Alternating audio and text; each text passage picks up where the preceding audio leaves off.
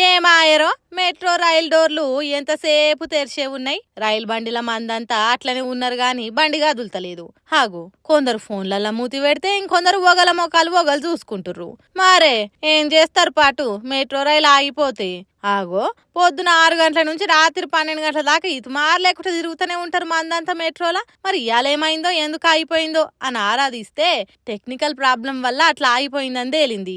ఖాతమిగా పొద్దుగాల షిఫ్ట్లకు పోయేటోళ్ళందరికీ ఆఫీసులల్లో సార్లతోని సోట్లు పడే కథ అయింది. కొందరేమో రైలు అయిపోతే మేమేం చేస్తాం సార్లు అని నా లెక్క మరల పడితే, ఇంకొందరేమో రైలు అయిపోయిన వీడియోలు చూపించి బయటపడ్డరు. ఈ ముచ్చటిట్లుంటే ఇప్పుడు కొత్త సర్కార్ వచ్చినాక రాష్ట్రంలో ఏ పనులు చక్కగా అయితలేవు. ఏ పథకాలు పూర్తిగా అమలైందే లేదు. ఓ దిక్కు హెచ్సియులొల్లి, అబ్బా ఎటు చూసినా చక్కగా లేదు.